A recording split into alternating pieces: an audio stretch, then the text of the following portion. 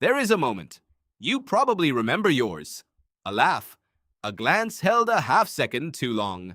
And in that moment, without your permission, something shifted. Your brain had already made a decision your conscious mind hadn't caught up to yet. Falling in love feels like magic, but the real answer is far stranger. What happened in that moment wasn't a feeling. It was a hijacking. Your brain is not a romantic. It is a survival machine. And the instant it registers someone as a potential partner, a chemical cascade begins that neuroscientists can now watch in real time. Researcher Helen Fisher, an anthropologist at Rutgers University, spent years scanning the brains of people newly in love. What she found surprised everyone. The region that lights up most intensely isn't the emotional cortex. It's the ventral tegmental area, a cluster of cells near the base of your brain that is part of the same reward circuit activated by cocaine.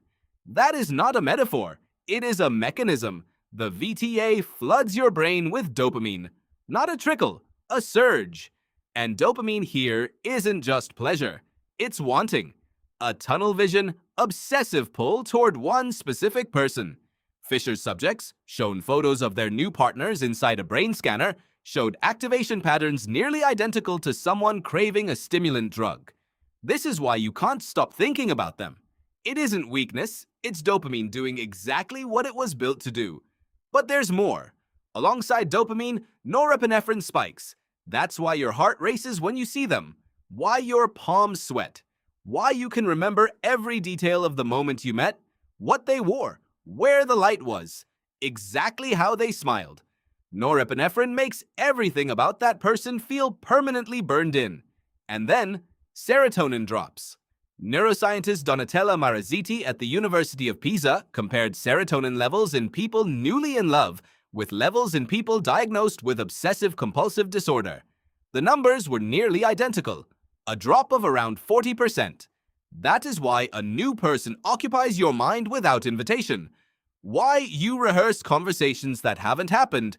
Why you wake at 3 in the morning thinking about someone for no reason you can name. Your brain isn't being irrational. It is running an obsessive optimization loop towards something it has decided it needs. Now here is where it gets stranger. Cortisol, the stress hormone, also rises in early romantic attraction. Your body is treating this at a chemical level as a mild emergency. That breathless, slightly anxious feeling in the early weeks of falling for someone? That is your ancient stress response activating, because in the ancestral environment, finding and securing the right partner was one of the highest stakes decisions a human could make. Helen Fisher, along with researchers Arthur Aaron and Lucy Brown, argued that romantic love isn't best understood as an emotion. It's a motivation system, like hunger, like thirst, a drive that evolved because pair bonding produced better outcomes for offspring survival. Two people deeply motivated to stay close to each other, to protect each other, raised children who lived. And the brains that produced that motivation most powerfully passed those brains on. You are the descendant of the people who fell hardest. The capacity for the racing heart, the sleeplessness, the loop of their face in your mind was not a side effect of human intelligence. It was selected for. Over hundreds of thousands of years, your love is not accidental. It is inherited. And Aaron's brain imaging work showed one more thing. The pain of losing romantic love activates the same neural regions as physical pain. Not similar ones, the same ones. Your brain does not know the difference between a broken bone and a broken bond.